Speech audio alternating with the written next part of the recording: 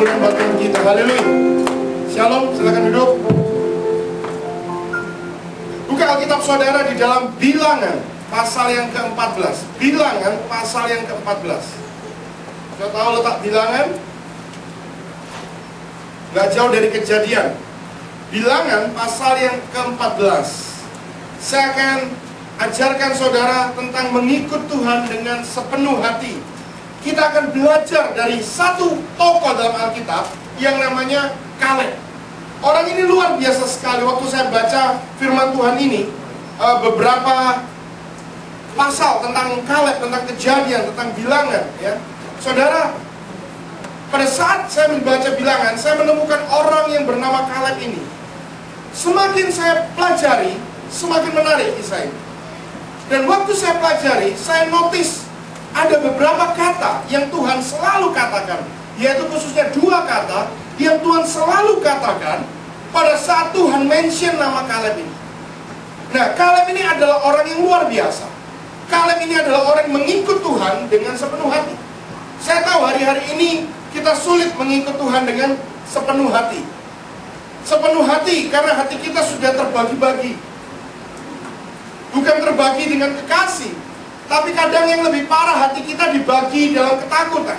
Hati kita terbagi dalam kekhawatiran. Hati kita terbagi dalam keegoisan.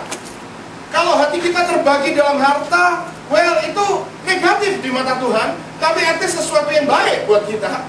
Hati kita terbagi oleh kekasih, well, mungkin Tuhan cemburu, tapi mungkin kekasih itu sesuatu yang baik buat kita. Tapi saya mau katakan, ketakutan, kekhawatiran, kesombongan, keegoisan, iri hati, itu sesuatu yang gak baik di mata Tuhan, dan juga gak baik buat hidup kita. Nah, kadang-kadang hati kita semakin hari semakin cemar, karena dunia semakin sulit hari-hari ini. Dan saya percaya, kalau kita mau mengikut Tuhan, kita harus tahu path atau jalur yang jelas. Saudara, selalu saya katakan, kalau ditanya, kamu cinta mana? Istrimu, anakmu, atau cinta Tuhan lebih? Ya kan? Saya selalu katakan jalurnya berbeda. Jadi jemaat ARC saya kasih hikmat supaya kalian tidak bingung, supaya kalian juga tidak jadi orang-orang munafik. Karena kalian ditanya, yang tanya orang Kristen, kalian bilang, oh saya cinta Tuhan lebih, padahal Anda bohong, ya kan? Saya mau katakan Tuhan itu cintanya ke atas. Itu cuma boleh Tuhan satu-satunya, tidak ada hantu. Amin. Dan yang mendatar ini, yang horizontal ini, cinta kita kepada pasangan kita, kepada anak kita, dan selanjutnya mungkin teman kita, ya, atau harta kita, atau mungkin apapun dalam dunia ini. Jadi beda. Nah, yang saya mau ajarkan sekali lagi adalah hubungan kita yang ke atas kepada Tuhan. Saudara, Tuhan tidak mau hubungan itu dibagi-bagi dan dicampur aduk dengan hubungan kita yang ada di dalam dunia ini. Ya, Tuhan tahu kadang kita kecewa. Ya, Tuhan tahu kadang kita khawatir. Apalagi pada saat kita mulai diberkati dan menikmati kasih Tuhan, kadang-kala setan gak suka. Dia langsung serang kita, hantam kita, supaya kita hatinya mulai galau, kacau, kecewa, ya marah dan lain sebagainya. Tapi saya mau katakan, kenapa orang bisa mudah sekali terpengaruh? Karena mereka mix, karena mereka campur hubungan yang ke atas ini dengan hubungan yang ke bawah. Mereka campur aduk jadi satu. Nah, mari kita belajar pagi hari ini betapa baiknya Tuhan kita. Kalau Tuhan itu sudah begitu baik dan kita percaya Tuhan itu sangat baik, mari kita juga jadi orang Kristen yang baik. Setuju katakan amin. Kita jadi orang Kristen yang spesial. Jangan jadi orang Kristen kebanyakan, orang Kristen biasa-biasa. Tuhan bilang banyak yang dipanggil, sedikit yang dipilih. Tuhan bilang bahwa jalan menuju ke surga itu nggak lebar, saudara. Kadang mungkin ada berbatu-batu, malah jalan yang kelihatannya lurus, yang kelihatannya tidak ada halangan, tiba-tiba ujungnya apa? Kebinasaan. Tuhan kita luar biasa. Dia sudah menebus saudara dan saya. Kadang-kadang kita sudah lupa pada dasar di mana kasih Tuhan begitu mahal sekali menebus saudara dan saya. Ada satu kisah nyata, saudara. Saya baca kisah nyata ini dan saya dengar kisah nyata ini luar biasa menariknya. Ya, kebetulan ini bukan kisah dari suku Kristen, bukan orang Kristen. Ada satu suku di pedalaman di daerah mungkin dekat dengan Tibet sana. Suku ini sangat keras dan punya satu hukum yang semestinya gak beda jauh dengan hukum di dalam perjanjian lama. Mata ganti mata, gigi ganti gigi, nyawa ganti nyawa. Suku ini punya satu hukum, kalau ada orang yang membunuh, orang lain yang mengakibatkan kehilangan nyawa orang lain, baik sengaja maupun tidak sengaja, maka orang yang menyebabkan orang lain itu kehilangan nyawanya, dia juga harus dibunuh.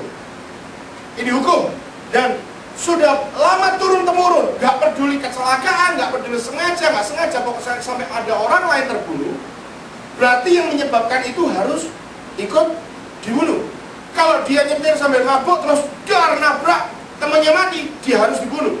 Nah, untungnya di situ tidak ada mobil, ya kan? Nah, saudara, suatu saat ada dua anak muda ini bermain, anak remaja, ya. Mereka main, saking mainnya namanya suku pedalaman terlalu keras, dan akhirnya temannya ini jatuh, ya, masuk seperti jurang begitu dan mati. Waduh, anak ini ketakutan sekali melihat temannya mati. Ketakutan luar biasa karena dia tahu hukumnya apa? Mati. Kalau sampai orang lain tahu hukumnya mati, dia tidak mungkin bisa bohong dalam hal ini. Apa yang dia lakukan, saudara tahu? Dia lari sekencang-kencangnya masuk ke kampungnya. Yang dia tuju adalah rumah salah seorang pembesar dan panatua di desa itu yang sangat dan paling dihormati. Orang-orang takut sama panatua ini. Dia masuk ke tendanya, dia langsung telungkup, dia pegangi kakinya, dia nangis. Dan panatua ini akhirnya tergerak belas kasihannya. Dia tanya, kenapa kamu? Apa yang aku bisa bantu? Tuhan, tolong aku, janji jangan bunuh aku. Buat apa aku bunuh kamu? Tolong Tuhan, tolong, nyawaku terancam. Apa ngomong? Dia akhirnya cerita, begini Tuhan, aku tahu hukum di desa ini, kalau sampai aku membunuh orang ataupun menyebabkan kematian orang lain, aku juga akan dibunuh. Tapi ini yang terjadi, aku tidak membunuh. Kami bermain, dan itu hanya kecelakaan. Tidak sekalipun aku berniat membunuh teman baikku itu. Dia cerita. Akhirnya kepala suku ini percaya. Dan dia bilang, oke, begini, kamu tinggal di tendaku. Barang siapa yang nanti mau datang membunuh kamu, kamu jangan keluar, kamu tinggal di tendaku. Aku akan melindungi kamu. Ini kisah nyata. Anak Billy Graham yang menceritakan Retell the Story. Saudara, setelah itu nggak lama, banyak orang datang membawa pedang, membawa pentung, membawa macam-macam, dia membunuh anaknya. Teriak-teriak di depan daripada kemah kepala suku ini. Keluarkan anak itu, kami mau bunuh, anak itu harus dibunuh. Panatua ini, kepala suku ini tinggal keluar dari tendanya dan dia bilang, siapa yang kamu mau bunuh? Anak yang ada di tenda tuanku. Dia bilang, anak itu sekarang dalam perlindungan. Barang siapa mau membunuh dia, mereka harus berhadapan dengan aku dulu. Ya tidak ada yang berani. Tapi Tuhan, ini hukum turun-temurun seperti ini, dan hukum ini harus ditegakkan. Kita nggak boleh melewati hukum ini. Apalagi Tuhan, engkau tidak tahu satu hal. Tuannya bilang, aku nggak peduli. Tapi untuk anak ini aku sudah terlanjur janji. Aku sudah terlanjur janji bahwa aku akan melindungi nyawanya.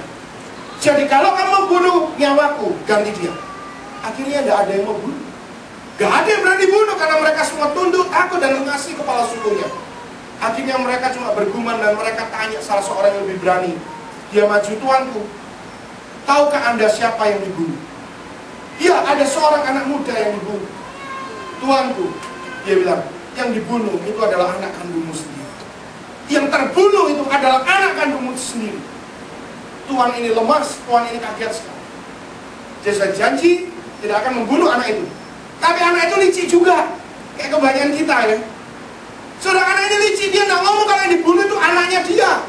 Dia cuma ngomong dia nggak sengaja bunuh satu anak lain, anak muda lain. Tapi Tuhan ini tidak pernah berubah. Dia bilang, oke, baik kalau begitu. Karena anakku mati terbunuh gara-gara dia. Sekarang dia harus menggantikan nyawa anakku. Wah, mereka pikir mau dibunuh. Mereka bilang begini, akhirnya kepala suku ini bilang, sekarang anak ini harus menjadi ganti anakku. Dan dia harus menjadi anakku selama-lamanya. Untuk menjadi ganti anakku yang mati. Soal kisah ini dahsyat sekali. Saya lihat begitu menyerupai penebusan daripada Tuhan kita.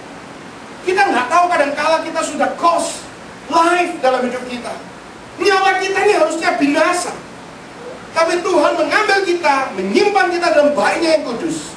Dan waktu setan teriak-teriak tiap hari, dia berdosa Tuhan, dia harus dibunuh, dia harus dihukum. Mana keadilan? Tuhan dengan kasih dan dengan gagah kuasanya, dia akan ngomong, anak ini sekarang ada dalam perlindungan.